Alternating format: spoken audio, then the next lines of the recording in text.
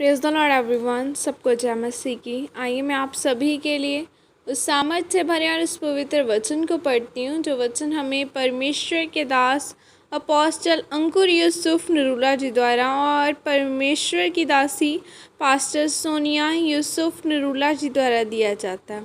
आइए मैं आप सभी के लिए उस सामर्थ से भरे और उस पवित्र वचन को मैं आप सभी के लिए पढ़ती हूँ। धार्मिकता के वस्त्र, जैसे कि पवित्र बाइबल प्रकाशित वाक्य 3:20 आयत में लिखा है, देख मैं द्वार पर खड़ा हुआ खटखटाता हूँ। यदि कोई मेरा शब्द सुनकर द्वार खोलेगा तो मैं उसके पास भीतर आकर उसके साथ भोजन करूँगा और वह मेरे साथ। आमीन। मेरे प्रियो, जब आप पवित्रताई में चलते हैं तो आपके पास धार्मिकता के वस्त्र होते हैं। आप परमेश्वर के साथ होते हैं और परमेश्वर आपके साथ होता है और आप परमेश्वर को देख पाते हैं और आप धार्मिकता के वस्त्र को पहनकर आगे बढ़ते हैं। जब हम बाइबल में पढ़ते हैं तो लिखा है कि परमेश्वर ने आदम को धार्मिकता का वस्त्र पहनाया था, लेकिन जब आदम ने फल खाकर पाप किया तो आदम की पवित्रताई चली गई और वह नंगा हो गया, क्योंकि पाप करके आदम के धार्मिकता के वस्त्र उतर चुके थे। जब आदम के पास धार्मिकता के वस्त्र थे तो आदम परमेश्वर के साथ रहता था और परमेश्वर के साथ बातें करता था। आदम ने धार्मिकता के वस्त्र खोने के बाद सब कुछ खो दिया। अगर आज आपके पास धार्मिकता के वस्त्र होंगे तो आप परमेश्वर को देख पाएंगे और परमेश्वर आपके जीवन में बड़े बड़े काम करेगा। मेरे प्रियो, जब परमेश्वर ने अब्राहम को कहा था कि मैं तेरे वंश को तारों के समान बढ़ाऊंगा, तो परमेश्वर ने अब्राहम के जीवन में उसी समय वाचा पूरी नहीं की थी। अब्राहम का परमेश्वर के साथ बने रहना धार्मिकता गिना गया और जब अब्राहम धार्मिकता में बना रहा तो परमेश्वर ने अपनी वाचा को उसके जीवन में पूरी किया। बाइबल में लिखा है कि शाऊल पवित्रताई में चलने वाला व्यक्ति था। शाऊल धार्मिकता के वस्त्र पहने हुए था, इसीलिए परमेश्वर ने उसको इज़राइल का राजा बनाया।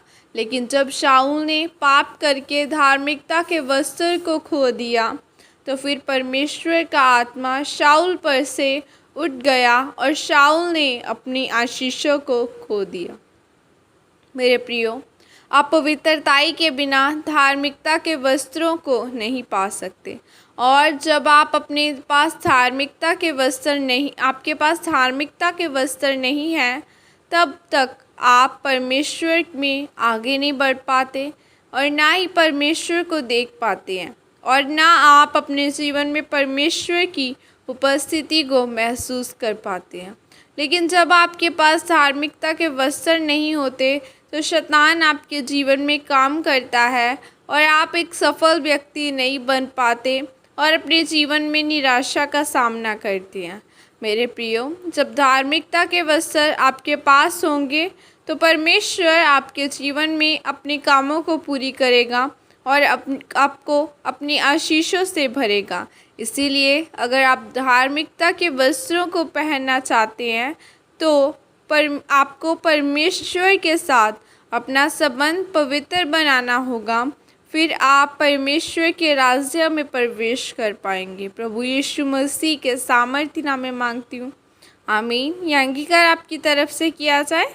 सर्वशक्तिमान परमेश्वर, इस वचन के लिए पिता मैं धन्यवाद करती हूँ और पिता परमेश्वर अंगीकार करती हूँ मैं कि मैं अपने जीवन में धार्मिकता को हमेशा बना कर रखूँगी और आपके वचनों पर चलूँगी और आपके कामों को पूरा करूँगी। प्रभु यीशु मसीह के सामर्थ्य नाम में मांगती हूँ, आमीन।